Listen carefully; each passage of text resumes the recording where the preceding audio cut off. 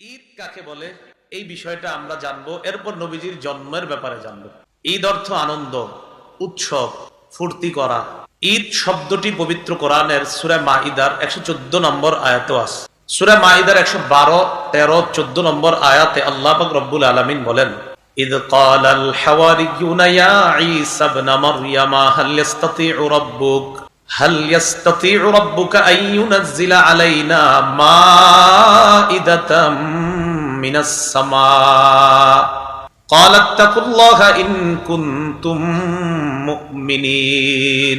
আল্লাহ বলেন, ঈসা আলাইহিস সালাতু ওয়াস সালামের অনুসারীগণ বললেন, হে মারিয়ামের সন্তান ঈসা, আপনার রব কি আমাদের জন্য আসমান থেকে খাদ্যপূর্ণ দস্তরখান পাঠাতে পারবে?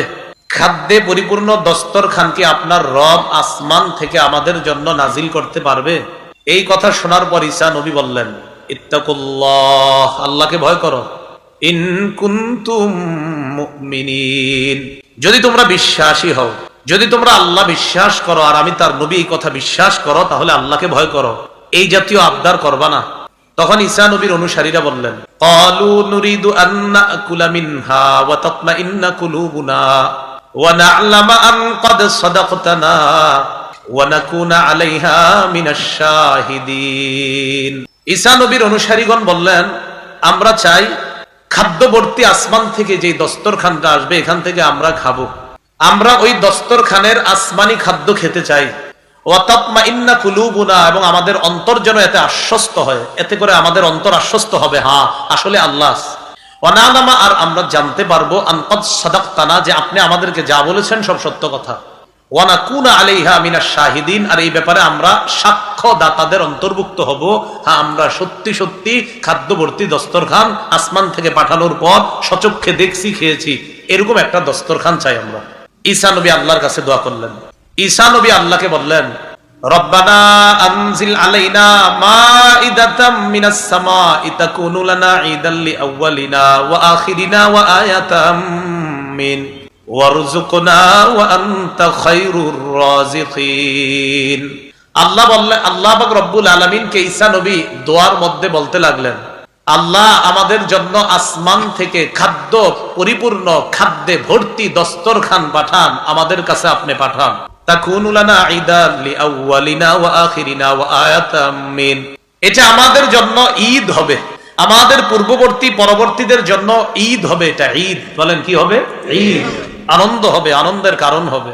আর এটা হবে আয়াতাম মিনকা, আপনার জন্য, আপনার পক্ষ থেকে একটা নিদর্শন হবে, হ্যাঁ আল্লাহ এমন একটা মুজিজা দেখিয়েছেন যে আমার জন্য, আমার দোয়ার কারণে আমার জাতির জন্য আল্লাহ খাদ্য ভর্তি দস্তরখান পাঠিয়েছেন। ঈসা নবী বললেন, আল্লাহ ওয়ারযুকনা, আমাদেরকে রিজিক দেন, আপনি উত্তম রিজিক দাতা। সে আলোচনা আমরা যাচ্ছি না, লম্বা আলোচনা। আল্লাহ খাদ্যে পরিপূর্ণ মাছ, ভাইজা, ঘি, মধু ইত্যাদি সহ আল্লাহ খাবার পাঠিয়েছিলেন।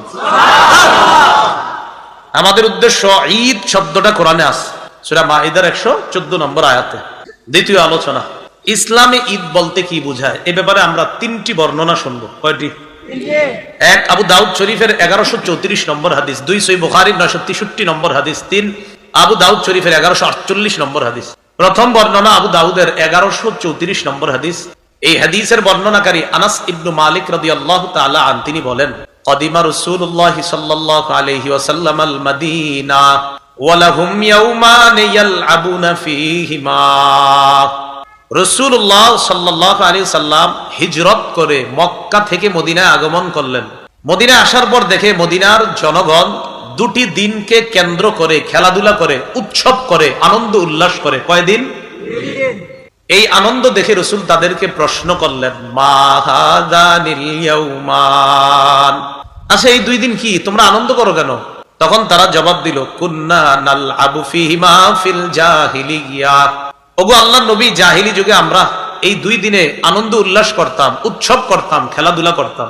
তখন রাসূলুল্লাহ সাল্লাল্লাহু আলাইহি সাল্লাম বললেন, ইন্নাল্লাহা ক্বাদ আবদালাকুম বিহিমা খায়রাম মিনহুমা, আল্লাহ তোমাদেরকে এই 2 দিনে তোমরা যা করো খেল তামাশা, এর পরিবর্তে আল্লাহর হুকুম পালন করে আল্লাহ পাককে খুশি করার জন্য এই 2 দিনের পরিবর্তে আল্লাহ আরো 2টা দিন তোমাদের জন্য উৎসবের দিন হিসাবে আল্লাহ পরিবর্তন করে দিয়ে দিয়েছেন। একটা হলো ঈদুল ফিতর, আর একটা ঈদুল আজহা। রমজান শেষ করার পর যেটা, এটাকে বলা হয় ঈদুল ফিতর, জিলহজের 10 তারিখে ঈদুল আজহা। তাহলে আবু দাউদের 1134 নম্বর হাদিস থেকে ঈদ পেয়ে গেলাম কয়টা? দুইটা। এটা ইসলামের ঈদ।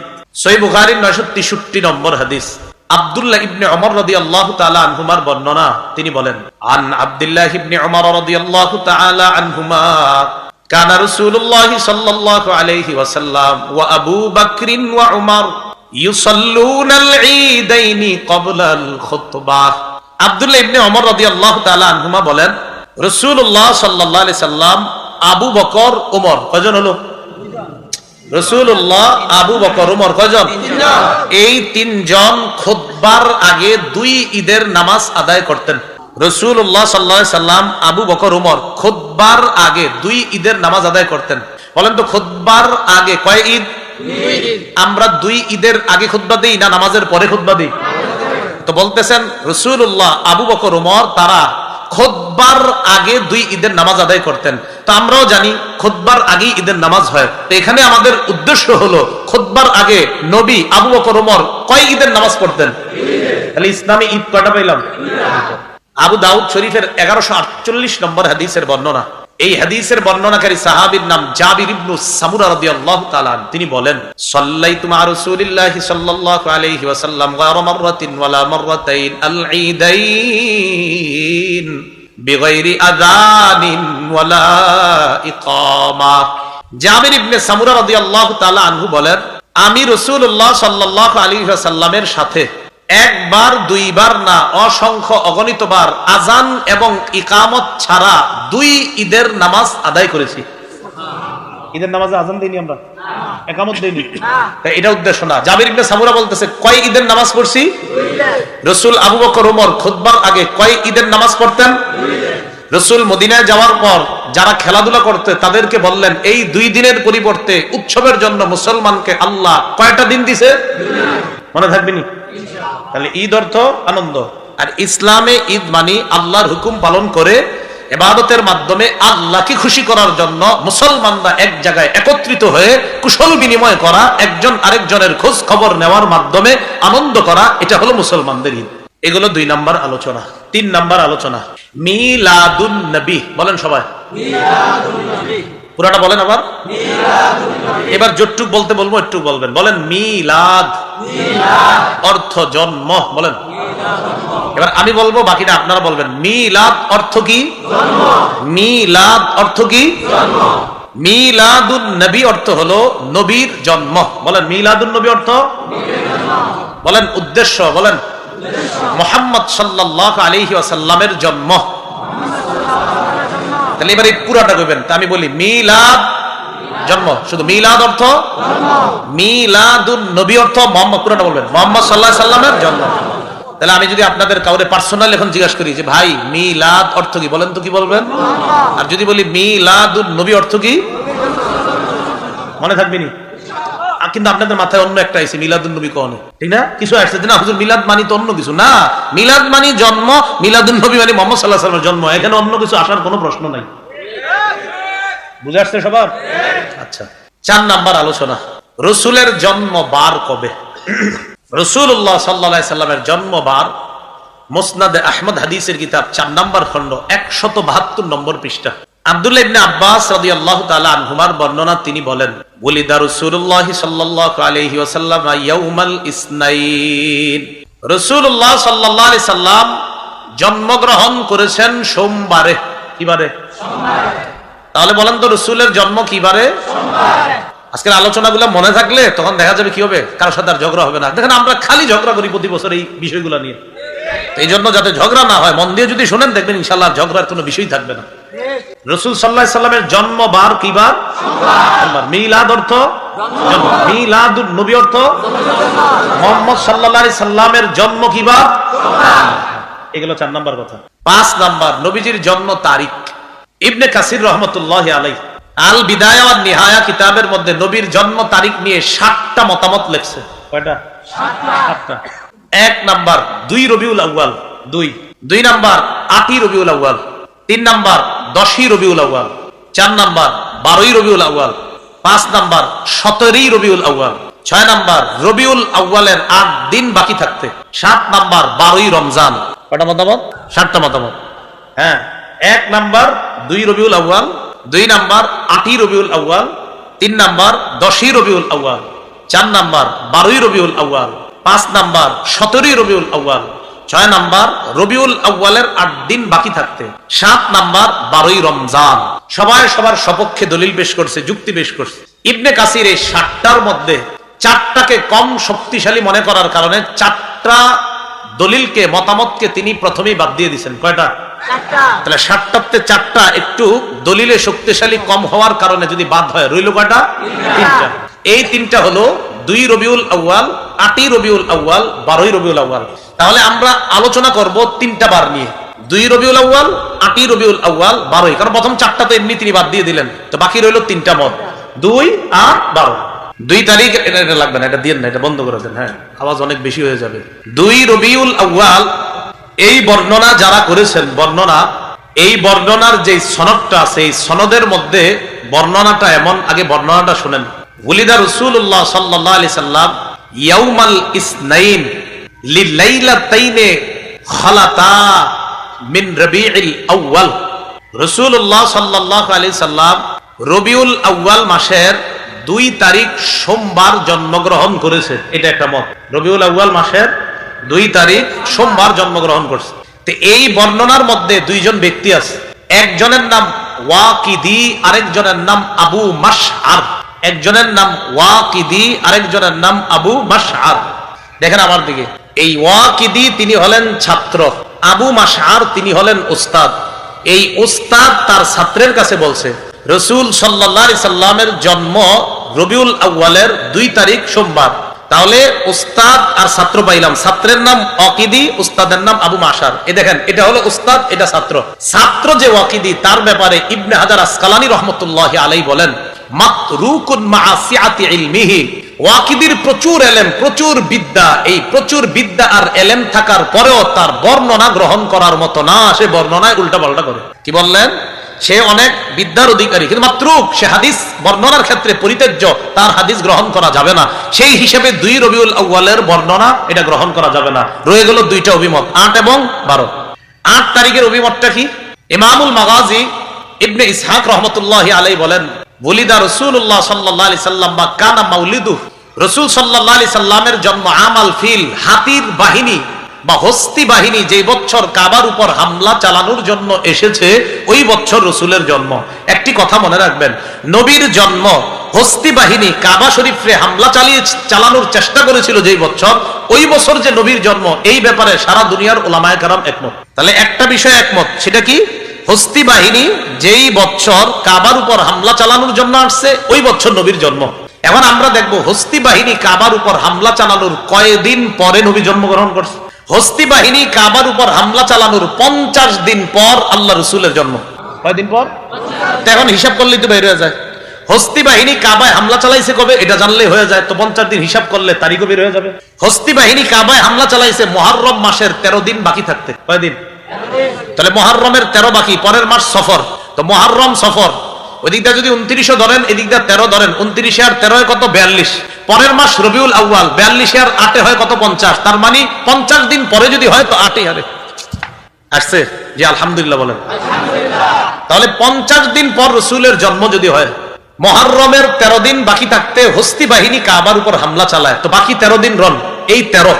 পরের মাস সফর, সফর যদি 29 ধরেন, তো 29 আর 13 হয় 42। রবিউল আউয়ালে আরো 8 দিন যোগ করেন, কারণ 42 থেকে 8 দিন যোগ করে 50 বানাইতে হবে। তো বলেন 42 এর পরে 50 হয় কয়দিন যোগ করলে? তাহলে রবিউল আউয়ালের 8 তারিখে জন্ম, এই কথাটা স্পষ্ট। আল্লাহ জানে বুঝছেন নি, আবার সহজে বুঝেন। দ্বিতীয় অভিমত, রাসূলের জন্ম 8ই রবিউল আউয়াল। ইমামুল মাগাজি ইবনে ইসহাক বলেন হস্তি বাহিনী যে বছর কাবায় হামলা চালায়, সে বছর নবীর জন্ম। এখন আমরা দেখব কাবায় হামলা চালানো হয়েছে কবে। আমরা জানলাম কাবায় হামলা চালানো হয়েছে মুহররম মাসের 13 দিন বাকি থাকতে। তো মুহররমের 13 ধরেন, মুহররমের পরের মাসের নাম কি? সফরের যদি 29 ধরেন, তো 29 আর 13 কত হয়? হ্যাঁ 42। 42 এর পরে 50 বানান, আরো কতদিন লাগে? তো সফর মাসের পরের মাসের নাম কি? রবিউল আউয়াল। তো রবিউল আউয়ালের 8 দিন যোগ করেন, 8 দিন যোগ করলে কয় তারিখ হয়? 8 তারিখ। তাহলে হস্তি বাহিনী কাবার উপর হামলা চালানোর 50 দিন পর রাসূলের জন্ম যদি ধরা হয়, তাহলে 8ই রবিউল আউয়াল রাসূলের জন্ম। আমার সাথে বলেন, বলেন 8 তারিখের ব্যাপারটি প্রসিদ্ধ, বিদগ্ধ, মুহাক্কিক, বিচক্ষণ আলেমদের নিকট বিশুদ্ধ।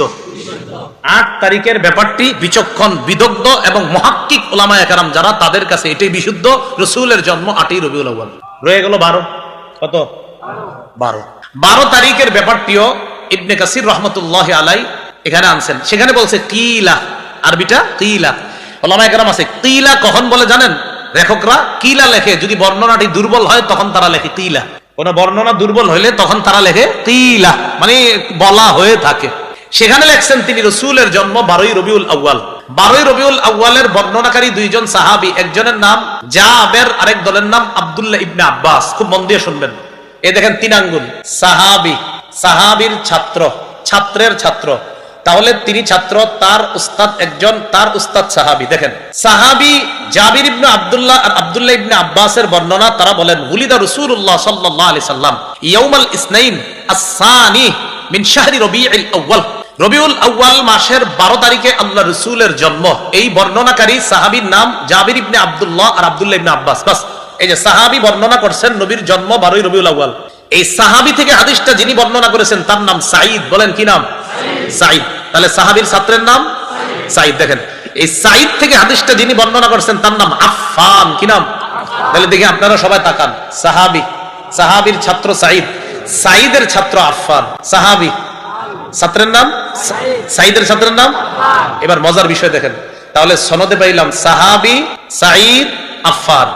তাহলে বলেন তো সাহাবী একটু রাখেন। এবার দুইজন, এই সাঈদ আর আফফান, উস্তাদকে সাঈদ, ছাত্রকে আবার উস্তাদকে ছাত্র। এ দেখেন উস্তাদ মৃত্যুবরণ করছে 110 হিজরিতে। কয় হিজরিতে? ছাত্র জন্মগ্রহণ করছে এর 24 বছর পর, তথা 134 হিজরিতে।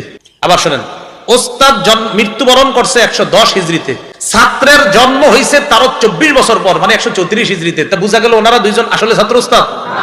এটাকে বলা হয় ইনকিতা বা বিচ্ছিন্নতা, সনদের বিচ্ছিন্নতা।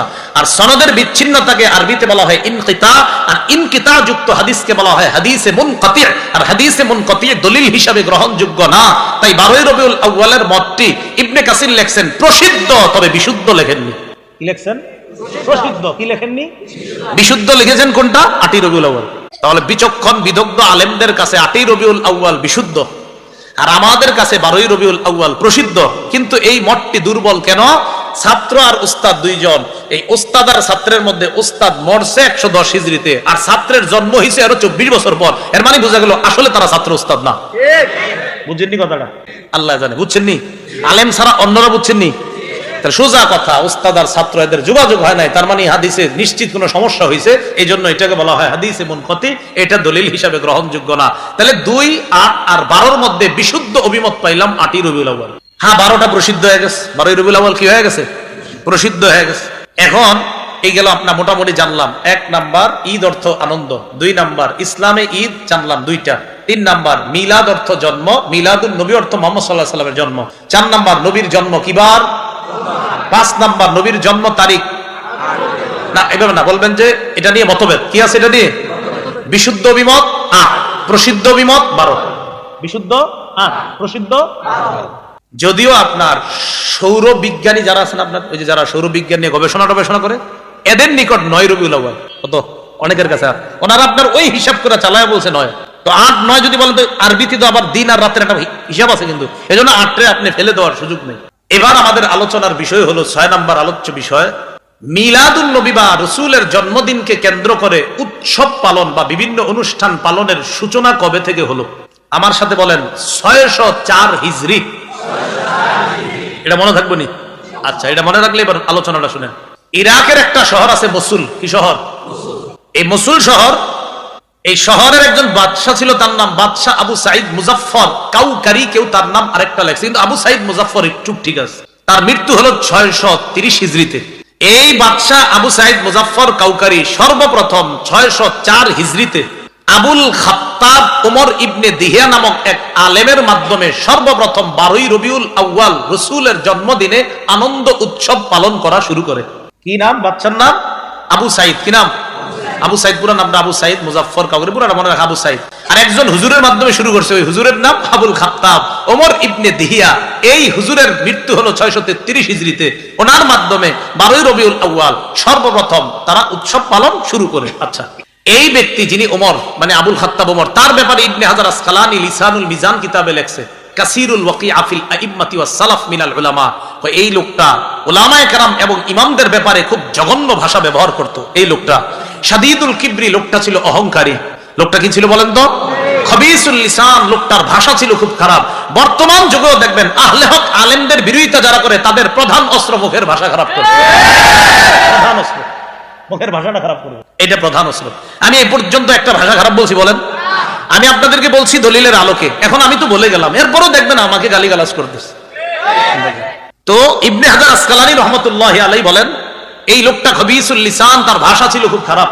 উলামায়ে কেরাম ইমামদের ব্যাপারে জঘন্য ভাষা ব্যবহার করত। শাদীদুল কিবরি, প্রচন্ড অহংকারী ছিল। মুতাহাবিনা, অলস টাইপের ছিল। কি টাইপের ছিল? বর্তমান যুগে যারা আমাদের নিকট অনেক বড় আলেম, এই অনেক বড় হওয়ার পরেও এরা বেদাতেরকে যখন প্রমোট করে, বেদাত প্রমোট করতে গিয়ে দেখবেন কথা বলার স্টাইল এমন দেখলেই বোঝা যায় কথা থেকে প্রচুর পরিমাণে অহংকার ঝরে পড়তেছে। অহংকার প্রচুর। মুতাহাবিনা, অলস, আর শাদীদুল কিবরি, প্রচন্ড অহংকারী বলছে ইবনে হাজার। এখন এটা জানলাম আমরা 6 নম্বর আলোচনা। তখন বলেন তো রাসূলের জন্মকে কেন্দ্র করে কোন উৎসব এটা কবে থেকে শুরু হয়? 604 হিজরি। কোন দেশে? ইরাক। কোন শহর? মসুল শহর। সর্বপ্রথম শুরু করছে আবু সাঈদ নামে একজন, যেই হুজুরে দিয়ে শুরু করছে তার নাম আবুল খাত্তাব ওমর ইবনে দিহিয়া। 7 নম্বর আলোচনা, রাসূলের জন্মদিনে আমাদের কি করণীয়, কি করা দরকার? আমার সাথে সবাই বলেন, বলেন আমরা নবীর জন্মদিনে তাই করব যা নবীজি করেছেন। ঠিক তো? ওয়াদা তো? ইনশাআল্লাহ। এখন বলেন যে নবীজি সাল্লাল্লাহু আলাইহি সাল্লাম বলেন তার জন্মদিনে সাপ্তাহিক আমল করতেন। তাহলে রাসূল বাৎসরিক আমল করতেন না, কি আমল করতেন? সাপ্তাহিক। তাহলে কি জানলাম, রাসূল জন্মদিন কি বাৎসরিক পালন করতেন না সাপ্তাহিক? সাপ্তাহিক। তাহলে আমরা জানবো এবং রাসূল তার সাপ্তাহিক জন্মদিনটা কি করতেন এটা এখন আমরা জানবো। তাহলে আগে এতটুকু শিওর হন, রাসূলের জন্মদিনে আমরা আমল কি বাৎসরিক করব না সাপ্তাহিক? তো মাশাআল্লাহ, তার হাদিস থেকে আমরা জানবো, জানার পর আমল করব। দলিল না থাকলে আমরাও করব না, থাকলে সবাই করতে হবে। মুসলিম শরীফ 1162 নম্বর হাদিস। মাদ্রাসা পাঠ্যপুস্তক অনুসারে মোট হাদিস সংখ্যা হবে 3033টা, এই অনুযায়ী 1162। এই হাদিসের মধ্যে আসছে সুইলা রাসূলুল্লাহ সাল্লাল্লাহু আলাইহি ওয়াসাল্লাম আন সাওমিহি। রাসূলুল্লাহ সাল্লাল্লাহু আলাইহি সাল্লামকে তার নফল রোজার ব্যাপারে প্রশ্ন করা হয়েছে। রাসূল রাগ হয়ে গেছে, এটা শুনে একটু রাগ করছে। ফাগাদিবা, একটু রাগ করছে। রাগ করার পর হযরত ওমর ইবনুল খাত্তাব বললেন, রদিনা বিল্লাহি রাব্বা ওয়া বিল ইসলামি দীনা ওয়া বিমুহাম্মাদিন রাসূলা ওয়া বিবাইআতিনা বাইআতা।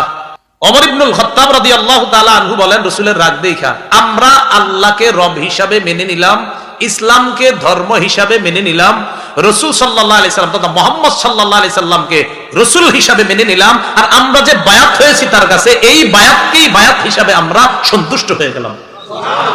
ওমর ইবনুল খাত্তাব এটা বলছে নবীজির যেন আপনার এই রাগটা কমে যায়। একটু রাগ করছে, নফল রোজা যে তোমরা কি পারবা বললে, এই জন্য একটু মুফাসসিরিন মুহাদ্দিসিন কেরাম লেখছে যে নফল ইবাদত এরকম করার কারণে হয়তো রাসূল একটু যে প্রশ্ন এত বারবার কেন করা, এই জন্য একটু রাগ হয়ে গেছে। তো এবার রাসূলকে প্রশ্ন করা হলো সুইলান সাওমিদ দাহরি। রাসূলকে জিজ্ঞাসা করা হলো, হুজুর সারা বছর যারা রোজা রাখে এই ব্যাপারে আপনার কি অভিমত? সারা বছর রোজা, একদম রোজা ছাড়ে না, 5 দিন ছাড়া পুরা রোজা রাখে। নবী জবাব দিলেন, লা সামা ওয়ালা আফতারা। যে ব্যক্তি সারা বছর রোজা রাখে সে রোজাও রাখে নাই, আবার রোজা ভাঙেও নাই। কি বললেন? সে রোজা রাখেও নাই, আবার রোজা ছাড়েও নাই। মানে এটা উৎসাহিত করেন নাই নবী যে না এটা উৎসাহ দেন নাই যে না এটা ঠিক না, এটা না রাখাই ভালো। নবী বললেন সে রোজা রাখেও নাই, আবার ছাড়েও নাই। নাজায়েজ বলেন নাই, কিন্তু মানে বোঝা যায় রাসূলের কথায় রাসূল এই রোজায় উৎসাহ দিচ্ছেন না যে সারা বছর রোজা রাখো। এবার প্রশ্ন করলেন সুইলা আন সাওমি ইয়াউমাইনি ওয়া ইফতারি ইয়াউমিন। রাসূলকে প্রশ্ন করা হলো, ইয়া রাসূলুল্লাহ কোন ব্যক্তি যদি 2 দিন রোজা রাখে আর 1 দিন না রাখে, এই ব্যাপারে আপনার কাছে জানতে চাই।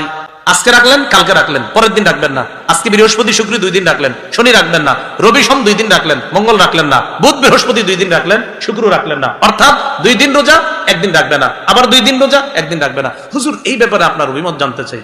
فقال رسول الله صلى الله عليه وسلم ومن يطيق ذلك নবীজি বললেন এটা কষ্ট করে এটা কে পারবে বলো, কার সামর্থ্য আছে এটা? মানে রাসূল বুঝাইলেন এটা কেউ পারলেও এটাতেও রাসূল উৎসাহ দিচ্ছেন না। রাসূল বললেন এটা কার সামর্থ্য আছে? এটা দ্বারা কি বোঝা যায় যে এটাতেও রাসূল উৎসাহ দিচ্ছেন না, যে 2 দিন রোজা রাখবা আর 1 দিন রাখবা না, এটাও উৎসাহ দিচ্ছেন না।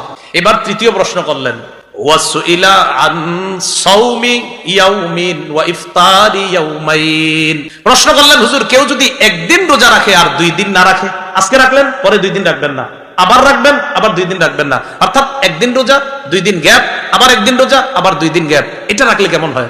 নবীজি সাল্লাল্লাহু আলাইহি সাল্লাম বললেন ইয়া লাইতা লাউ কাওয়ানা আল্লাহু যালিকা, হ্যাঁ এটা তো সুন্দরিশ, আল্লাহ যদি এই রোজা রাখার ক্ষমতা আমগো সবাইরে দিত। মানে এটা উৎসাহ দিবেন।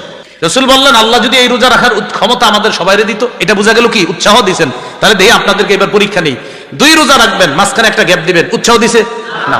1 রোজা রাখবেন মাঝখানে 2 দিন গ্যাপ দিবেন, উৎসাহ, এটা উৎসাহ দিছে। একটা রাখবেন 2টা গ্যাপ আবার একটা। এবার নবীজির প্রশ্ন করা হলো সুইলা আন সাওমি ইয়াউমিন ওয়া ইফতারি ইয়াউমিন, হুজুর কেউ যদি 1 দিন রোজা রাখে 1 দিন গ্যাপ দেয়, 1 দিন রাখলো 1 দিন গ্যাপ, আবার 1 দিন আবার 1 দিন গ্যাপ, নবীজি বললেন যাকা সাওমু আখি দাউদ আলাইহিস সালাতু ওয়াস সালাম, হ্যাঁ এটাও তো সুন্দর, এটা আমার ভাই দাউদ নবী এই রোজাটা রাখতেন। সুবহানাল্লাহ। কি বললেন? আমার ভাই দাউদ আলাইহিস সালাম এই রোজা রাখতেন। তাহলে এটা উৎসাহ, 1 দিন রাখবেন আবার 1 দিন রাখবেন না, এটা উৎসাহ। তাহলে প্রথম থেকে আবার সারা বছর রোজা উৎসাহ না, 2 দিন রোজা 1 দিন গ্যাপ উৎসাহ না, 1 দিন রোজা 2 দিন গ্যাপ উৎসাহ, 1 দিন রোজা 1 দিন গ্যাপ এটাও উৎসাহ।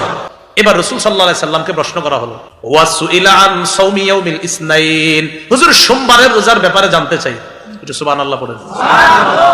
নবীজি জবাব দিলেন ফিহি উলিদতু, এটা এমন দিন, ইয়াউমুন ফিহি উলিদতু অথবা উলিদতু ফিহি, এটা এমন দিন যেই দিনে আমি জন্ম নিছি। সুবহানাল্লাহ। ওয়া বুইসতু, এটা এমন দিন, ওয়া বুইসতু যেই দিন আমাকে নবুয়ত দেওয়া হয়েছে, আও উনজিলা আলাইয়া, এই সোমবারে আমার উপর কোরআন নাজিল করা হয়েছে। সুবহানাল্লাহ। হুজুর সোমবারের রোজা, রাসূল কয় আরে এই দিন তো আমার জন্ম, এই দিন আমার নবুয়ত দেওয়া হয়েছে, এই দিন আমার উপর কোরআন নাজিল করা হয়েছে, তাই আমি এই দিনে রোজা রাখি। সুবহানাল্লাহ। কি বারে? সোমবার। সোমবার কি বছরে 1 দিন? না। তাহলে সোমবার কি বাৎসরিক না সাপ্তাহিক? সাপ্তাহিক। রাসূল সাল্লাল্লাহু আলাইহি সাল্লাম জন্মদিন কি বাৎসরিক পালন করতেন না সাপ্তাহিক? সাপ্তাহিক। তো যদি আপনার মনে হয় যে না আমি নবীর জন্মদিনে আমল করব, তো রাসূল যা করেছেন তা করেন, সেটা হলো সারা বছর রাসূল সাপ্তাহিক সোমবারে রোজা রাখতেন। সোমবারে নবীর জন্মে যদি কেউ রোজা রাখে সে প্রকৃত আশিক রাসূল। সে কি রাসূল? আশিক রাসূল সাল্লাল্লাহু আলাইহি সাল্লাম। আচ্ছা দেখি আপনারা কি শিখলেন বলেন। তাহলে সোমবার রাসূল কি করতেন? নবীর জন্ম কি বার? নবুয়ত দিছে কি বারে? কোরআন নাজিল কি বারে? অন্য হাদিসে কি আসছে জানেন? রাসূল বলেন তুরাদুল আমাল ফি কুল্লি ইয়াউমি ফি কুল্লি খামিসিন ওয়া ইয়াউমিল ইসনাইন, প্রতি সোমবার আর বৃহস্পতিবার বান্দার আমলনামা আল্লাহর কাছে পাঠানো হয়। তাই আমি সোম বৃহস্পতি রোজা রাখি, যেন রোজা অবস্থায় আমার আমলনামাটা আল্লাহর কাছে পেশ করা হয়। সুবহানাল্লাহ। আপনি এটা না কইরা কি করেন না করেন, ঘটনা কি? আল্লাহ বুঝার তৌফিক দান করেন। আমিন। এই হাদিসে আরো কয়েকটা প্রশ্ন আছে, ওটা বলে ফেলি হাদিসটা। রাসূলকে প্রশ্ন করলেন হুজুর সুইলান সাওমি ইয়াউমি আরাফাতা, হুজুর আরাফার দিনের রোজা রাখলে কি হবে? নবী বললেন ইউকাফিরুস সানাতাল বাকিয়া ওয়াল মাযিয়া, আগের 1 বছর পরের 1 বছর 2 বছরের গুনাহ মাফ। সুবহানাল্লাহ। সাহাবী বললেন হুজুর আরেকটা তাহলে জিজ্ঞাসা করে ফেলি, করো সুইলা ইয়াউমি আশুরা, হুজুর মুহররমের 10 তারিখে রোজা রাখলে কি হবে? রাসূলুল্লাহ সাল্লাল্লাহু আলাইহি সাল্লাম বললেন ইউকাফিরুস সানাতাল মাযিয়া, পিছনের 1 বছরের গুনাহ মাফ। সুবহানাল্লাহ। এবার নবী নিজের থেকে একটা বলছে, এটা বলবো নি? সবগুলা বলছে প্রশ্নের আলোকে, এবার নিজে থেকে একটা বলছে। রাসূল সাল্লাল্লাহু আলাইহি সাল্লাম বললেন সাওমু সালাসাতিন মিন কুল্লি শাহরিন, প্রত্যেক মাসে 3টা রোজা, 13, 14, 15, ওয়া রমাদানা ইলা রমাদান, আর রমজান মাসের রোজাগুলা যদি রাখো তোমার পুরা বছর রোজা রাখার সওয়াব। সুবহানাল্লাহ। যদি এই ব্যাপারে আরেকটা বর্ণনা, শাওয়ালের 6টা রোজা রাখলেও পুরো বছর রোজার সওয়াব। আর এই হাদিস থেকে আজকে আরেকটা জানলাম আমরা যে মাসে 3টা রোজা, 13, 14, 15 আরবি মাসে, আর রমজানের রোজা রাখলে তার পুরা বছর রোজা রাখার সওয়াব। যাক, আমাদের এই হাদিসের মূল বিষয়, রাসূল জন্ম বারে কি করতেন? বাৎসরিক না সাপ্তাহিক? আল্লাহ আমাদেরকে খাঁটি আশিকে রাসূল হওয়ার তৌফিক দান করুন। আমিন। 8 নাম্বার আলোচনা, জন্মদিনকে কেন্দ্র করে কোনো বেদাত করা যাবে না। বলেন ইনশাআল্লাহ করব না। জন্মদিন কেন্দ্র করে কোনো বেদাত করব না। বেদাত কারে কয়? হাদিস থেকে শিখে নিই আমরা। সহিহ বুখারী 2697 নম্বর হাদিস। এই হাদিসের বর্ণনাকারী আম্মা জান আয়েশা সিদ্দিকা রাদিয়াল্লাহু তাআলা আনহা, তার থেকে বর্ণনা, তিনি বলেন قال رسول الله صلى الله عليه وسلم من احدث في امرنا هذا ما ليس فيه فهو رد। নবী সাল্লাল্লাহু আলাইহি সাল্লাম বলেন আমাদের এই শরীয়তের মধ্যে যা নাই, যা আমি নবী রেখে যাই নাই, এমন নতুন কিছু যদি কেউ আবিষ্কার করে শরীয়তের মধ্যে ইবাদতের নামে, শরীয়ত মানে যা করলে ইবাদত হবে, যা করলে সওয়াব হবে, নবী বলেন আমার এই দ্বীনের মধ্যে যদি কেউ নতুন কিছু আবিষ্কার করে ফাহুয়া রাদ্দুন, এটা প্রত্যাখ্যান করা হবে। বলেন তো মাইক যদি না থাকে আমরা নামাজ পড়বো না? মাইক যদি না থাকে 4-5 জনের সামনে কি বয়ান করা যাবে না?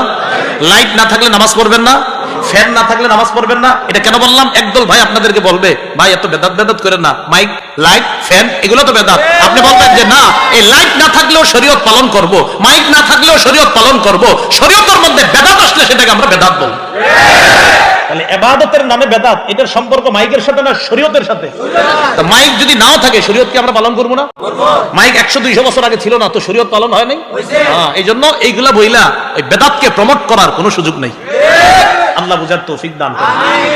রাসূল বললেন দ্বীনের মধ্যে যদি, শরীয়তের মধ্যে যদি ইবাদতের নামে সওয়াবের আশায় নতুন কিছু কেউ বানায় সেটা প্রত্যাখ্যান। মাইক যদি কেউ না বানায় এর গুনাহ হবে? লাইট যদি কেউ না জ্বালায় তার গুনাহ হবে? নামাজ না পড়লে? ফ্যান যদি চলে নামাজে একটু শান্তি পাই, আরাম পাই, ঠান্ডা লাগে, ঠিক আছে। আর মনে করেন 3 দিন কারেন্ট নাই, নামাজ ছেড়ে দিবেন? শরীয়তের সম্পর্ক এই জাতীয় জিনিসের সাথে না, শরীয়তের সম্পর্ক ইবাদতের সাথে, সওয়াবের সাথে। তাই রাসূল বললেন শরীয়তের মধ্যে ইবাদতের নামে নতুন কিছু বানানোর নাম বেদাত। আল্লাহ বুঝার তৌফিক দান করুন। এটা হলো বেদাত। ইমাম মালিক রাহমাতুল্লাহ আলাইহি বলেন মানিত্তাদা বিদআতান ফিল ইসলাম ইয়ারাহা হাসানাহ, কেউ যদি ইসলামের মধ্যে ইবাদতের নামে নতুন কোন বেদাত আবিষ্কার করে মনে করে খুব ভালো একটা কাজ করছি, এটা ইবাদত বানাইছে, নতুন বানায় বললো যে ভালো একটা কাজ করছি, ইমাম মালিক বলেন ফাকাদ জামা আন্না মুহাম্মাদান খানা রিসালা, সে কেমন যেন বলতে চায় নবী তার দায়িত্ব পালনে খেয়ানত করছে। রাসূল কি দ্বীন পরিপূর্ণ রেখে গেছেন কিনা? আর রাসূল পরিপূর্ণ দ্বীন রেখে গেছেন কিনা? সূরা মাইদা 3 নম্বর আয়াত, আল ইয়াউমা আকমালতু লাকুম দীনাকুম ওয়া আতমামতু আলাইকুম নি'মাতি ওয়া রাদিতু লাকুমুল ইসলামা দীনা, আমি তোমাদের জন্য এই শরীয়ত ইসলামকে কমপ্লিট পরিপূর্ণ করে দিয়েছি। তো নবীজি কমপ্লিট দিন রেখে গেছেন কিনা?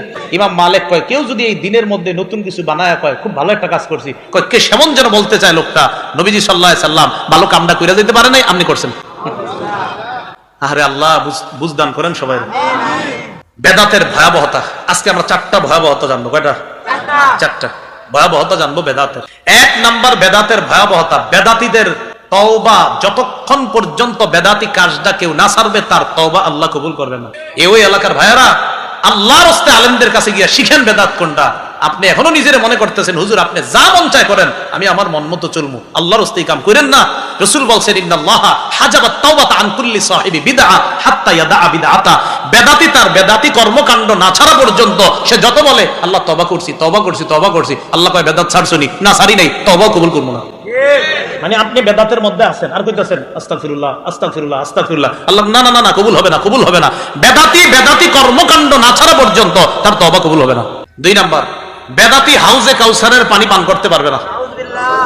সহিহ বুখারীর বর্ণনা 6583 এবং 6584 নম্বর হাদিস, 2টা হাদিস মিলিয়ে পুরো হাদিসটা শুনবো আমরা। সাহাল ইবনে সাদ রাসূলের সাহাবী, তার থেকে বর্ণনা, তিনি বলেন قال رسول الله صلى الله عليه وسلم انا فرطكم على الحوض, নবীজি বলেন আমার উম্মত আমি তোমাদের আগে আগে হাউজে কাউসারের কাছে উপস্থিত থাকব। মান মাররা আলাইয়া শারিবা, আমার উম্মতের যে কেউ আমার সামনে দিয়ে যাবে ওই হাউজে কাউসারের পানি পান করবে।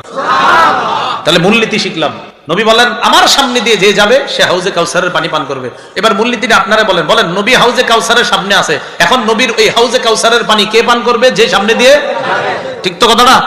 এবার নবীজি বলেন লা ইয়ারিদান্না আলাইয়া আকওয়াম ইয়ারিফুনানি ওয়া ফি রিওয়ায়া আরিফুহুম ওয়া ইয়ারিফুনানি, নবী বলেন আমার হাউজে কাউসারের সামনে এভাবে মানুষ যাবে আর পানি পান করবে, যাবে আর পানি পান করবে, হঠাৎ একদল আসবে, আসার পর আরিফুহুম আমি তাদেরকে চিনবো, ওয়া ইয়ারিফুনানি তারাও আমাকে চিনবে, মানে তারা আমার উম্মত।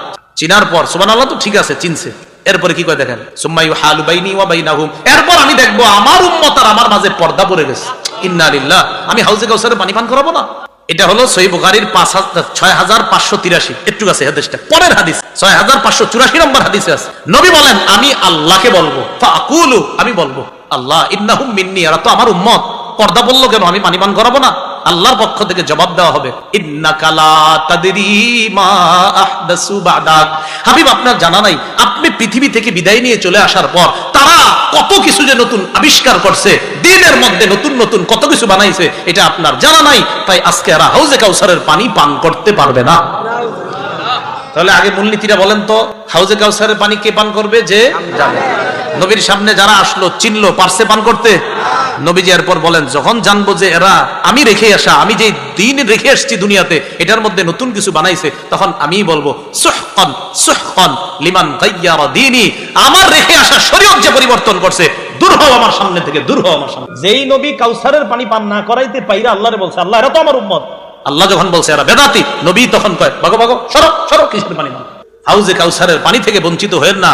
এও ভাই, আমি সব সময় বলি, ফজর নামাজটা পইরা যাদের ব্যবসা আছে ব্যবসায় যান, দোকান আছে দোকান করেন, চা বেচেন চা বেচেন, পান বেচেন পান বেচেন, রিকশা চালান অটো চালান করেন, যখন নামাজটা পড়েন।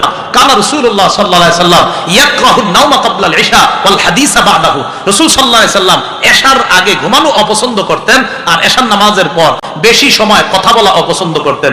এশার পর তাড়াতাড়ি ঘুমায়া যান, আবার পরের দিন জামাতে ফজর পড়েন, এইভাবে জীবনটা চালান। আল্লাহ যদি কিছু টাকা দেয়, যাকাত ফরজ করে যাকাত দেন, আরো কিছু টাকা দিলে হজে যাওয়ার তৌফিক হইলে হজে যান, মরেন জান্নাতে প্রবেশ করেন। না আপনারা কঠিন বানাইবেন খালি এটারে, সহজ বিষয়টা না হুজুর, ওইটা করতে হবে, ওইটা করতে হবে, ওই নিয়মটা পালন করতে হবে হুজুর।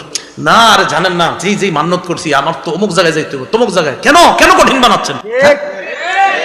সহজ বিষয়গুলা কেন কঠিন বানান? সহজ বিষয়গুলা কঠিন বানান না। আল্লাহ আমাদেরকে বুঝার তৌফিক দান। এই যে দেখেন, সোমবার দিন যদি রোজা রাখেন, বিষয়টা কি খুব কষ্টকর না সহজ? কিন্তু না, আপনি রোজা না রেখে কি করলেন? একটা প্যান্ডেলটা নাই, মাইক লাগাই, আরো অনেক কিছু করি, যা বললাম না, সব কিছু কইরা টুইরা এরপর দেখি ইত্যাদি ইত্যাদি করি, কি হয়েছে? আরে বুঝেন না, নবীর মহব্বত প্রকাশ করতেছে। আপনি কে কইছে? রসুল রোজা রাখছে তো আপনি রোজা রাখেন, শেষ। রাতে ইফতারির আগে আপনি ইফতারির সময় ইফতারি করেন, রসুল রোজা রাখছে আপনি রোজা রাখেন, ইফতারির সময় ইফতার করেন। বৃহস্পতিবার রোজা রাখছে আপনি রোজা রাখেন। কিয়ামতের মাঠে বলতে পারবেন, হাবিব আপনি যে আমল করছেন, আপনার জন্মদিনে আমিও সেই আমল করছি, আপনিই প্রকৃত আশিক রাসূল হন। সহজ বিষয়গুলো কঠিন বানায়েন না, আল্লাহর হস্তে কঠিন বানায়েন না। আল্লাহ বুঝার তৌফিক দান করেন। এইগুলো কয় নাম্বার কথা? 2 নাম্বার, বেদাতের ভয়াবহতা।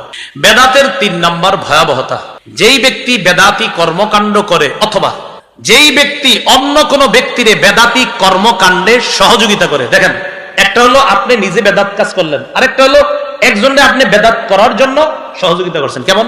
এই এলাকায় একজন আসছে, আসার পর বেদাতি কর্মকাণ্ড করার জন্য তার একটা বড় ধরনের একটা জায়গা দরকার, মাশাআল্লাহ আপনি একটা জায়গা দিয়ে দিয়েছেন, হযরত আপনি এখানে বসেন, বৈশা বৈশা শর্ট জামা পরবেন, সালা গায়ে দিবেন, আর যা আছে পারলে সালাটাও খুলে রাখেন, কারণ যাতে মানুষে কইতে পারে আপনার মধ্যে কিছু আছে। কি আছে? মানে যত দেখবেন পোশাক কম, ছিঁড়া ফাড়া, সালার গায়ে, হয় কি হুজুর ওনার মধ্যে যে কি আছে আপনি জানেন না, কি আছে তো এটা দেখাই যাইতেছে। হ্যাঁ না, শোনেন, হাইসেন না এই জায়গাটায়। ভক্তরা কি করে? কাঁঠাল আনে, কলা আনে, আম আনে, কত কিছু আনে কিনা? হাজার হাজার লক্ষ লক্ষ টাকার ফল আনতেছে ভক্তরা, কার জন্য? যার গায়ের জামাটা ছিঁড়া, ছালা গায়ে দেওয়া আছে। কেন 5 গজ কাপড় ভক্তরা আনতে পারলো না? হ্যাঁ, 5 গজ কাপড় আনতে পারে নাই? এটা কোথায় আছে? এই কথা এত কিছু আনলেন আপনি, হাজার হাজার টাকার ফল আনলেন, 5 গজ, প্রয়োজনে যে ফলগুলো আনবেন ওই ফলগুলো গাজীপুর বাজারে গিয়ে বেচা, এরপরে 5 গজ কাপড় আনলেন। আপনি কাপড় পরেন, আপনি তো আছে, আমরা ভক্তরা আপনার লাখ লাখ টাকা কাপড় পরেন, আপনি যদি দেখবেন বলবেন না এটা পরা যাবে না, অহংকার আসবে, তখনই বুঝবেন ভণ্ড প্রতারক আর মুসলমানের ঈমান নিয়ে খেলা করবে।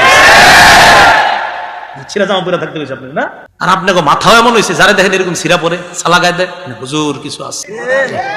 আল্লাহ আমাদেরকে হেফাজত করেন। বলছিলাম 3 নাম্বার, যদি নিজে বেদাতি কর্মকাণ্ড করেন আর কোন বেদাতিকে যদি আশ্রয় দেন, আপনার উপর আল্লাহ, ফেরেশতা আর সব মানুষের অভিশাপ মরণ পর্যন্ত।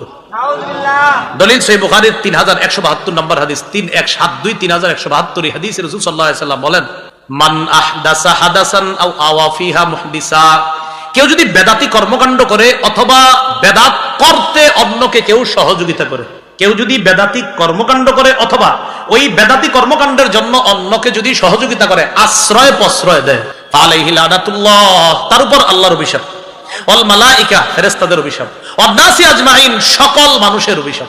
কার অভিশাপ? সকল মানুষের অভিশাপ। এজন্য বেদাতি কর্মকাণ্ড করেন না। এ হলো 3 নাম্বার। 4 নাম্বার, বেদাতির সর্বশেষ পরিণতি জাহান্নাম। আবু দাউদ শরীফের বর্ণনা 4607 নম্বর হাদিসের মধ্যে আসছে, রাসূল সাল্লাল্লাহু আলাইহি সাল্লাম বলেন, একটা জামানা ফাসারা ইখতিলাফান কাসীরা, প্রচুর মতভেদ দেখবা তোমরা, খালি দেখবা মতভেদ, অমুকে বলবে এটা সঠিক, অমুকে বলবে এটা সঠিক, হয় কিনা এরকম? যেমন আপনারাই বলেন হুজুর আপনি এখন কইলেন এটা বেদাত, আরেক হুজুরে বলবে এটা বেদাত না, তখন করবেনটা কি? নবী একটা নিয়ম শিখাই দিয়েছে, মনে করেন আমি বললাম একটা, উনি বললেন আরেকটা, তো এই বিপদে বললেও করণীয় রাসূল শিখাই দিয়েছে, তো শিখাই দিয়েছে যেটা এটা মানেন, বুঝছেন? মনে করেন আমাকে দুইজনে দেখতে পারতেছেন না, কেন? আমি একটা কইছি, উনি আরেকটা কইছে, তাহলে ওইটা তো দেখতে পারবেন যে আমরা দুইজন উল্টাপাল্টা করলে রাসূল একটা নিয়ম শিখাইছে, এটা পালন করেন, করবেন নি? আওয়াজ ছোট হয়ে গেছে অনেক। কারণ চিন্তা আছে নবী না জানি কি কইছে না, আমরা তো হুজুর করে কই হুজুর আপনি কোন একটা আরেকজনের আরেকটা কয় না, এটা দেখবেন খালি কমেন্টে লেখে হুজুর কাটটা মানবো, আপনি বলেন একটা আরেকজনে। রাসূল বলছে এরকম ঝামেলায় পড়লে আমি একটা কথা বলা যায় এটা মানবা, মানবেন নি? রাসূল বলছেন যখন ঝামেলায় পড়বা এই হুজুর একটা আরেক হুজুর একটা, আলাইকুম বিসুন্নতি, তখন আমার সুন্নত ওয়া সুন্নাতিল খুলাফাইর রাশিদিন আল মাহদিয়িন, আমার হেদায়েত প্রাপ্ত সাহাবা খলিফা যারা তাদের সুন্নত মারির দাঁত দিয়ে আঁকড়ে ধরবা। রাসূল যেই বেদাত করেন নাই, চার খলিফা যেই বেদাত করেন নাই, তিন যুগে যেই বেদাত করে নাই, চার ইমাম যেই বেদাত করে নাই, রাসূল বলছেন তুমি তো বলছো এই জন্য বলে একটা আরেকজন আরেকটা, আমাকে দেখো আমার সাহাবীদেরকে দেখো, এই যে উল্টা পাল্টা করো দেখো আমার সাহাবীরা করছে কিনা। আমরা খুঁজে দেখলাম সাহাবীরা তিন যুগের মধ্যে এই জাতীয় বেদাতি কর্মকাণ্ড তারা করে নাই, অতএব এটাই প্রমাণ হয়ে যায় আমি যা বলি আর তিনি যা বলুক রাসূলের কথা দেখলে এটাই প্রমাণ হয় আল্লাহ আর তার সাহাবী, আল্লাহ রাসূল আর তার সাহাবী, এবং যদি পরবর্তী তিন যুগের তাদেরকে আমরা অনুসরণ করি এটাই স্পষ্ট হয়ে যাবে ওই তিন যুগের মধ্যে রাসূলের জন্মদিনকে কেন্দ্র করে নতুন ধরনের বেদাতি কর্মকাণ্ড তারা করে নাই, অতএব আমরাও করব না। তাহলে আর এটা বলবো না দুই হুজুর দুই রকম কয়, এটা আর কি বলবো না, বলবো না। কইছি মনে করেন আমরা তিনজনে তিন রকমই কইছি, রাসূল কইছেন তো সমস্যা কি, আমারে মানো, আমার সাহাবীদেরকে মানো, তিন রকম পাইছো তো সমস্যা নাই, তুমি তিন রকম বাদ দাও, আমারে মানো। তখন দেখবো নবীজির সুন্নতে কি আছে, তো নবীজির সুন্নতে আছে রাসূল তার জন্মদিন সাপ্তাহিক পালন করতেন, তো করেন। এই তো সহজ হিসাব। আল্লাহ বুঝার তৌফিক দান করুন। রাসূল সাল্লাল্লাহু আলাইহি সাল্লাম বলেন যখন মতভেদ দেখবা আমার সুন্নত আঁকড়ে ধরো। তাহলে আমরা দুই হুজুর জন্মদিন কেন্দ্র করে দুই রকম বক্তব্য দিছি। রাসূলের সুন্নাহের মধ্যে পেয়ে গেছি রাসূল সোমবার প্রতি সপ্তাহে রোজা রাখতেন, আমরাও প্রতি সোমবার আশিক রাসূলের পরিচয় দিয়ে ইনশাআল্লাহ রোজা রাখার চেষ্টা করব। এরপরে রাসূল সাল্লাল্লাহু আলাইহি সাল্লাম বলেন ইয়াকুম ওয়াল মুহদাসাত, অন্য বর্ণনা ওয়া ইয়াকুম ওয়া মুহদাসাতিল উমুর, নতুন নতুন দিনের মধ্যে কিছু আবিষ্কার করা থেকে বাঁচো। ফাইন্না কুল্লা মুহদাসাতিন বিদআ, নতুন যত কিছু আবিষ্কার হবে ধর্মের মধ্যে শরীয়তের মধ্যে সব বেদাত। নাসাইর বর্ণনা আসছে ওয়া কুল্লু বিদআতিন দালালা, সকল বেদাত পথভ্রষ্টতা, ওয়া কুল্লু দালালাতিন ফিন্নার, আর সকল পথভ্রষ্টতার ঠিকানা জাহান্নাম। রাসূল বলেন নতুন জিনিস দিনে আবিষ্কার করার নাম বেদাত, বেদাতের ঠিকানা, বেদাতের পরিণতি হলো পথভ্রষ্টতা, পথভ্রষ্টতার শেষ পরিণতি হলো জাহান্নাম। জাহান্নামী কর্মকাণ্ড থেকে আল্লাহ আমাদেরকে হেফাজত করেন। ঈদ অর্থ কি? ইসলামে ঈদ কয়টা? মিলাদ অর্থ কি? মিলাদুন নবী অর্থ কি? নবীর জন্ম কি বারে?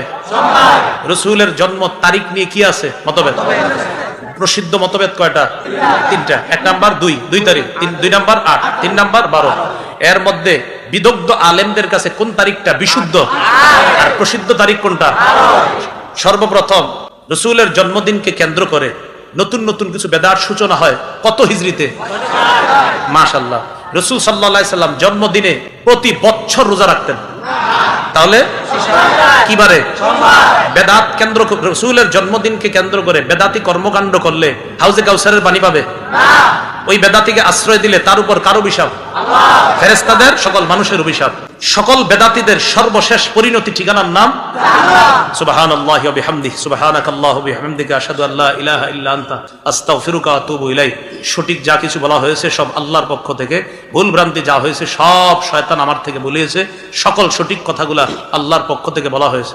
সঠিক সকল বক্তব্যগুলা মেনে নেওয়ার তৌফিক দান করেন। যত বর্জনীয় বিষয় আছে বর্জন করার তৌফিক দান করেন।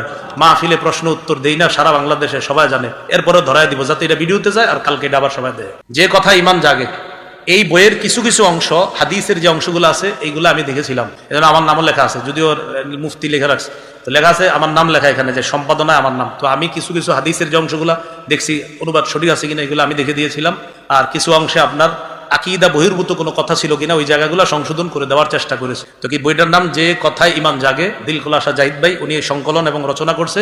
আপনারা চাইলে এটা নিতে পারেন, আপনাদের সময়গুলো কাজে লাগবে আশা করি ইনশাআল্লাহ। আজকে যে আলোচনাগুলো করলাম, শুনলাম, বললাম, মহাব্বতের সাথে আলোচনাগুলা আপনারা এখানে যারা আছেন আরো 10 জনরে ঝগড়া করে না, মহাব্বতের সাথে বুঝিয়ে দিবেন ইনশাআল্লাহ। ঠিক আছে ইনশাআল্লাহ? ঝগড়া কারা কারা করবেন একটু হাত তোলেন তো। কেউ করবেন ঝগড়া? না, ঝগড়া করবেন না, মহাব্বতের সাথে বুঝিয়ে দিবেন। আল্লাহ তৌফিক দান করুন। اللهم صل على محمد وعلى ال محمد كما صليت على ابراهيم وعلى ال ابراهيم انك حميد مجيد اللهم بارك على محمد وعلى ال محمد আপনার বই খুঁজতেছ আল্লাহ বারাক তাআলা ইব্রাহিম ওয়া আলা আলি ইব্রাহিম আলহামদুলিল্লাহি রাব্বিল আলামিন ওয়াল আকিবাতু লিল মুত্তাকিন ওয়াসসালাতু ওয়াসসালামু আলা সাইয়্যিদিল আমবিয়া ওয়াল মুরসালিন ওয়া আলা আলিহি ওয়া আসহাবিহি আজমাইন রব্বানা যালামনা আনফুসানা ওয়া ইল্লাম তাগফির লানা ওয়া তারহামনা লানাকুনান্না মিনাল খাসিরিন। আল্লাহ আল্লাহ অবুঝ ভাইদেরকে আপনি বুঝ দিয়ে দেন। আল্লাহ আমি নিজেও অবুঝ, আমি যে খুব বুঝি এমনও না মাওলা। মাবুদ গো, আমি এই অবুঝ কিছু বুঝ থেকে মাওলা আমি মুসলমানদেরকে কিছু বোঝানোর চেষ্টা করছিলাম আল্লাহ। আমি আমার সর্বোচ্চ চেষ্টা করছি মাওলা। আল্লাহ হৃদয় উজাড় করে আমি তাদেরকে বোঝানোর চেষ্টা করেছিলাম আল্লাহ। বিলকুল আমার মধ্যে কোনো ধরনের এই মানসিকতা ছিল না যে মানুষের মধ্যে আমি কোনো হিট করব আল্লাহ। এরপরেও মাঝে মাঝে হয়তো দুই একটা কথা আমার হিটের মতো এসে গিয়েছে আল্লাহ। আমি আপনার কাছে মাপ চাই। আমি মোহাব্বতের সাথে কথাগুলা বোঝানোর চেষ্টা করেছি আল্লাহ। আমরা তো মুসলমান, আমরা জেনে বুঝে কেন ইসলামকে বিসর্জন দিব আল্লাহ? মেহেরবানি করে আমি সহ আমার এই মুসলমান ভাই বোন যারা এখানে আছি আল্লাহ, আমরা সবাই যেন আমাদের ইমান ইসলামকে হেফাজত করতে পারি তৌফিক দান করেন আল্লাহ। আমাদের আকীদা বিশুদ্ধ করে দেন আল্লাহ। অশুদ্ধ আকীদা থেকে হেফাজত করেন আল্লাহ। বিশুদ্ধ আকীদা নিয়ে আপনার কাছে যাওয়ার তৌফিক দান করেন আল্লাহ। রাসূলুল্লাহ সাল্লাল্লাহু আলাইহি সাল্লামের জন্মদিনের আলোচনা শুনলাম, জন্মদিনের আমল শুনলাম আল্লাহ। আমরা যেন রসুলের জন্মদিনে রসুল যে আমল করেছেন মাওলা, সে আমল আমরা করতে পারি তৌফিক দান করেন আল্লাহ। সিরাতুন নবী, রসুল সাল্লাল্লাহু আলাইহি সাল্লামের সিরাত, রসুল সাল্লাল্লাহু আলাইহি সাল্লামের জীবনের যে আদর্শগুলা আল্লাহ মেহেরবানি করে আমাদের সকলের জীবনে যেন নবীর এই আদর্শ বাস্তবায়ন করতে পারি তৌফিক দান করেন আল্লাহ। আমাদেরকে আপনি মাফ করে দেন আল্লাহ। আমাদেরকে আপনি মাফ করে দেন। আমাদের মধ্যে যারা অসুস্থ সুস্থ বানায় দেন, যারা ঋণী ঋণ পরিশোধের ব্যবস্থা করে দেন আল্লাহ। যারা অভাবী অভাব দূর করে দেন, যারা পেরেশানিতে আছে পেরেশানি দূর করে দেন আল্লাহ। আমাদের প্রত্যেকের মনের নেক আশাগুলো আপনি পুরা করেন আল্লাহ। আপনার কাছে একটা ফরিয়াদ, আজকে আমি যাদের সামনে বসলাম আল্লাহ, যারা আমার সামনে বসছে মাওলা জুমার রাত আল্লাহ, মেহেরবানি করে এই মানুষগুলোর সাথে আবার জান্নাতে দেখা করায় দিয়েন। কবে কোথায় আল্লাহ মরে পড়ে থাকি নিজে জানিও না আল্লাহ। মেহেরবানি করে আল্লাহ আমাদের নামগুলা জান্নাতীদের খাতায় লিপিবদ্ধ করে দেন। আমাদেরকে আপনি মাফ করে দেন আল্লাহ। আমাদেরকে আপনি মাফ করে দেন। আজকে যে কথাগুলা বলছি সবাইকে মহব্বতের সাথে গ্রহণ করার তৌফিক দান করেন। আমার যে ভাইগুলা বোনগুলা শুনছে তারা যেন মনে রেখে অন্যদেরকেও সুন্দরভাবে কথাগুলা বুঝিয়ে দিতে পারে তৌফিক দান করেন। ঝগড়া থেকে আমাদেরকে বাঁচান আল্লাহ। আমরা মুসলমান ভাই ভাই, এরপরেও কিছু বিষয় কেন্দ্র করে আমাদের মাঝে কত মতভেদ তৈরি হয়ে যায়। ভাই ভাইয়ের দিকে তাকায় না, বাবা সন্তানের দিকে তাকায় না আল্লাহ। মেহেরবানি করে এই ঝগড়া থেকে আমাদেরকে আপনি হেফাজত করেন। আমাদের মাঝে উলফত মোহাব্বত পারিবারিক বন্ধন ঐতিহ্য আবার তৈরি করে দেন আল্লাহ। এই মাহফিলকে কেন্দ্র করে আজকে যারা এখানে আসছে আল্লাহ, আজকে থেকে সবাই 5 ওয়াক্ত নামাজি বানায় দেন আল্লাহ। আল করিম তাহফিজুল কোরআন মাদ্রাসা, মাদ্রাসার উস্তাদ, মাদ্রাসার ছাত্র, মুতামিম, মাদ্রাসার সাথে যারা সম্পৃক্ত আছে, মুতাআল্লিকিন, মুহিব্বিন, যারা মহব্বত করে, যারা এটার সাথে যেইভাবেই সম্পৃক্ত আছে আল্লাহ, যারা প্রশাসনিক ভাবে সম্পৃক্ত আছে মাওলা, সকলকে আপনি কবুল করে নেন। এই মাদ্রাসার সমস্ত প্রয়োজনগুলা গাইবি খাজানা থেকে পুরা করে দেন আল্লাহ। আপনার কাছে শেষ আবদার, আমরা যেদিন মারা যাব ইমানের সাথে মুসলমান পরিচয়ে আমরা যেন বিদায় নিতে পারি তৌফিক দান করেন। আল্লাহুম্মা সাল্লি ওয়া সাল্লিম ওয়া বারিক আলা মুহাম্মদ। সুবহানা রাব্বিকা রাব্বিল ইজ্জাতি আম্মা ইয়াসিফুন ওয়া সালামুন আলাল মুরসালিন আলহামদুলিল্লাহি রাব্বিল আলামিন। আপনারা আপনাদের মোবাইলগুলো সাবধানে রাখবেন। আপনাদের মোবাইলগুলো সাবধান, সবার মোবাইলগুলো সাবধানে রাখবেন।